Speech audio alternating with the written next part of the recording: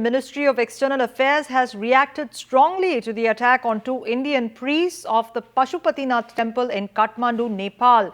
The Indian ambassador to Nepal, Rakesh Sood, has taken up the issue with the Home and Cultural Ministers of Nepal. The MEA spokesperson Vishnu Prakash has also gone on to say that the ringleader of the attacks has been arrested and that the policemen have been posted outside the temple. The head priest, who was also an Indian, has been given a personal security officer.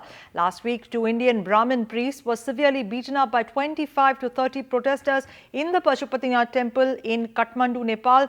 Girish Bhatt and Ragmendra Bhatt were partially stripped and paraded in Kathmandu, leading to strong protests from India. Let me go across to our senior editor, Srinjoy Chaudhary, who joins us on the phone line.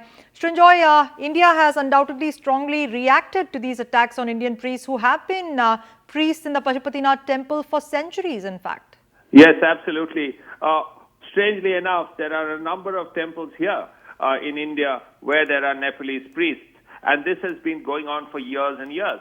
Now, as far as this attack was concerned, the Indian government says that it took it up very, very quickly with the Nepalese government, as you rightly said, with two senior ministers of the Nepalese government. And it has to be said that Nepal has reacted very strongly. Yes, there is a PSO for the chief priest. There is also a platoon of policemen outside the temple, which will be a deterrent because it will ensure that there will be no more attacks from Maoists in the near future.